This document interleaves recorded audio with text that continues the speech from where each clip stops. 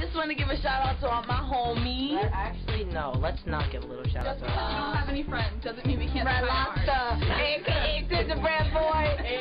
Yo, she's part of the hater crew. Hater, oh. You hate on us because we're trying to holler at the homies. This is Brandon Barris from the Morning Buzz here on Radio.org.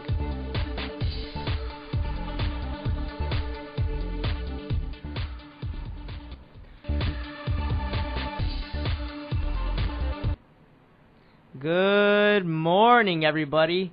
It is the Morning Buzz here on WHITradio.org. I'm your host, Brandon Barris. 9:17 here in the studio. It's a lovely Wednesday. We have a fantastic sports show for all you WHIT radio fans out there. Let's start in the NBA with the New York Knicks, who were in action yesterday against the Pistons. Pistons have lost their last 3 games, and we'll see how the game fared out. Raymond Felton, 26 points, 4 assists, 6 rebounds. The only downfall to his performance was he had 7 turnovers. J.R. Smith and Amari Stoudemire combined for 42 points off the bench. And for the Pistons, Brandon Knight led scores with 17 points, and Jose Calderon with 16 assists. 16 assists, everybody. And the Knicks now 1-0 without their famous Carmelo Anthony. He's out with a right knee injury. Now, will he be back tonight for a game against the Thunder? We'll see. You know, I think personally the Knicks are a lot better with their ball movement without Carmelo Anthony on the floor, because we all know he's a superstar, makes fantastic shots, does all this, you know, top 10 plays on SportsCenter. But perfect example was yesterday's game. Ball movement helped the Knicks. Raymond Felton, 26 points. J.R. Smith with a good amount of points. Amari Stoudemire off the bench with a good amount of points. You know, brings in other opportunities for other players. Haven't been that Carmelo Anthony is not in the floor. We had a little bit of technical difficulty, but we're showing you the highlights now. And as you see here, Carmelo Anthony driving. I can't get the first one, but you know what? I'll slam it in your face for the second one. So here is Amari Stoudemire. Knicks leading 46-45. Pistons, I'll take that 3. Cash. And the Pistons now lead 48-46, and we're in the third. And here is Jose Calderon, one of his 16 assists for 3. Bang! And that is 65-55, Detroit. Third quarter, Raymond Felton. You're going to give me that shot? I'll take it. Cash. And there we go. Knicks on a comeback, 65-65. 32 seconds left in the fourth. And here's Raymond Felton driving. J.R. Smith for 3. I'll take that one. Knicks 82-73, fourth quarter. Knicks final 87-77. So that was just some highlights of yesterday's game. And as you saw, what I was just saying is their ball movement really helped them out throughout the game. And I think that is more than a key to the Knicks even getting somewhere in the playoffs. And another team who was in action yesterday was the Brooklyn Nets. And the Brooklyn Nets played the Bobcats. Darren Williams had 20 points, 4 rebounds, and 8 assists. And we start off with Darren Williams. I'm guessing he's going to the locker room for some type of treatment on his ankles. But here we go, second quarter. Brooklyn Nets 30, Charlotte 31. And there you go, there's a 3 from Ben Gordon. And here we go on the fast break. Walker, drive, in. There we go. Charlotte 48, Nets 41, second. And here we go, Joe Johnson. To Darren Williams, a nice floater. That's what Darren Williams does best. When he's in that paint, it's hard to stop him. Nets 67, Charlotte 62. Darren Williams fakes, drives, nice down look pass to Brook Lopez. And there we go, 69-62. Third quarter, Darren Williams on the break. Gerald Wallace up and a foul. And it looked like he came down a little awkwardly. Was not injured, thankfully. But a nice and one bucket from Mr. Gerald Wallace. And the Nets go on to win this 199-78. Joe Johnson had 22 points. Brook Lopez had 16 points. And to lead the Bobcats was Michael Kidd-Gilchrist with 17 points. And a question that everybody is asking right now, I don't know if it's on SportsCenter, I don't know if it's on Yahoo Sports, but a question that I'm asking myself is, where are the Bobcats going? Where are their organization leading to? Because as of right now, their record is 13-48. And that is nowhere to even being good. That's not even mediocre. That's just horrible. And I'm sorry for being harsh, but the Bobcats haven't had a good season since, well, forever. And I really want to know, if I have to ask Michael Jordan, who everybody knows is in their front office, where this organization is going, I hope he has an answer for me. Because, I have no idea where they're going. It's just mind-boggling. If you want to call in and tell me where they're going, 201-854-8224, please inform me. But as of right now, when we just saw right there, they put on a good contest with the Nets, but, all that matters is the W, and unfortunately they couldn't get it. In the let's go elsewhere around the league. There were some other games going on. Boston, Indiana. Boston won 83-81. Utah and Cleveland. Cleveland took away with 104-101. Miami, who's been on a tear lately, beat Orlando 97-96. Very close game there. Atlanta beat Philadelphia 107-96. Memphis beat Portland 91-85. Minnesota 87. Washington 82. And the LA Lakers, who just a few games ago went above 500, beat New Orleans yesterday 108-102. Dallas beat Houston 112-108. And San Antonio, and a lot of people have been talking about San Antonio as this, model franchise, that they are what other franchises aspire to be. And I certainly know why. And San Antonio won yesterday 101-83 against Chicago, who's been doing very good lately. Toronto beat Phoenix 98-71. The Clippers, oh boy, the Clippers, Lob City, 117-101 against Milwaukee. And to round out the night, Golden State beat Sacramento 87-83. And Sacramento is another organization that, where are they going? They have a lot of young talent in Isaiah Thomas, DeMarcus Cousins, Marcus Thornton, but where are they going? Where are they going? Their franchise is looking right now, they have a lot of good players, as I just said, but, who's bringing in the W's? Their coach, Keith Smart, very good coach, but who's bringing in the W's? So I think the Bobcats and the Kings are those two organizations that a lot of people have a lot of questions for.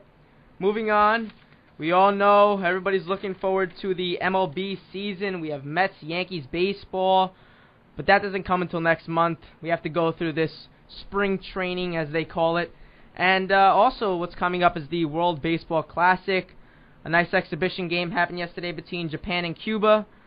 Japan lost to Cuba 6-3. Other games in the Grapefruit League, Miami lost to St. Louis 7-2. Toronto lost to Detroit 4-1. Philadelphia beat Washington 6-3. Pittsburgh beat Boston 9-3. And Milwaukee beat Seattle 7-6. And the Chicago Cubs lost to Texas 3-2. LA Dodgers got shut out, surprisingly, against Cleveland 4-0. And Kansas City beat Arizona 3-1 to round off the day. Now the Mets and Yankees, me and Mr. P talked about on yesterday's show. What are the expectations?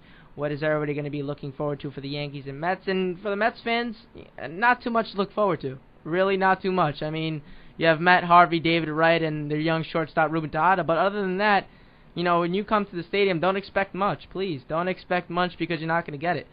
And, there's another team that I have a question about is the New York Mets.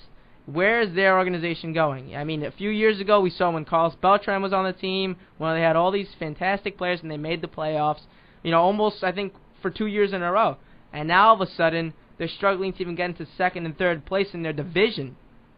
So where are they going? Do you want to tell me? As I said, call in 201-854-8224. Please tell me. Now, on the Yankees flip side, that's a whole other story. The Yankees have been such a great team for so many years, and for all you Yankees fans, must be absolutely thrilled and laughing at other Met fans right now. And, do you have a right to? Of course. But Yankees don't have the best roster either. I mean, they have Stewart at catcher. Who's heard of him? And you have Derek Jeter, who's playing on one ankle, which I think, he says he's healthy and he says, he's ready to go. But I saw some clips on spring training, and he's not the fastest guy out there. I understand his age, but if you're going to be a professional athlete, please be in shape and please be ready to perform during the season. So we'll see. I mean, there's another team, the Yankees, that I believe personally they do have a better roster than the Mets. But, as a Mets fan, I would love to see the Mets have a better record than the Yankees. We'll see. But as it's looking right now, don't expect much. As I said, Met fans, please don't expect much because you're not going to get it. Moving on, we have NHL scores, the hard-hitting hockey league. Toronto beat Ottawa 5-4. San Jose beat Calgary Calgary beat San Jose 4-1. Excuse me. Colorado lost to Chicago 3-2, and Phoenix lost to Anaheim 2-0. Now we all know what happened last year in the NHL with the Rangers going to the playoffs and the Devils. What an exciting time that was. And the Los Angeles Kings, the big LA, won the Stanley Cup. Could they repeat? We'll see. Only time will tell. But, I know there's not a lot of hockey fans here in the studio, specifically Mr. P, but I think it's a really exciting league. A lot of fans go to see the fights. A lot of fans go to see the hard-hitting actions on the boards. And, the fantastic goals with the good stick movement, puck flying everywhere that I can barely see when I'm in the stands. But, I think it's an exciting league, and I know Mr. P is just so thrilled that I'm talking about this right now. He's so intrigued. But I personally do think that the NHL is a very exciting league.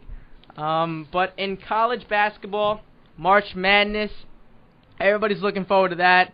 Here's some scores on the screen right now. UCF won.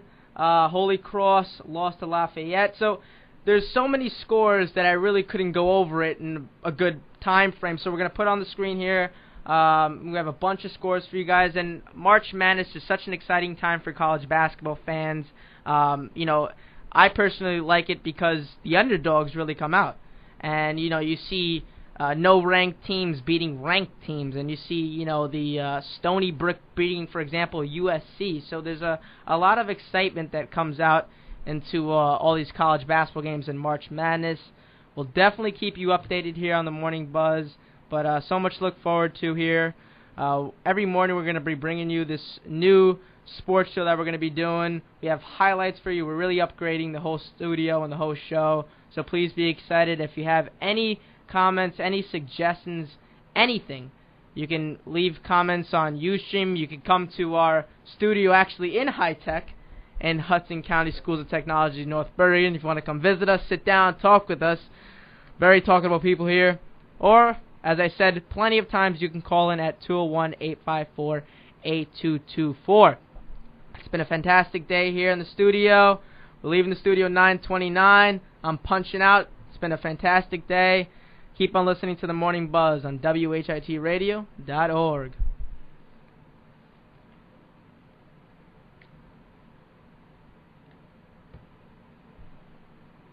Try to give people the respect to respond to anything before I actually respond to it. So in that sense, it's going to be odd that he's not here. When he hurt himself, what was it? How many years?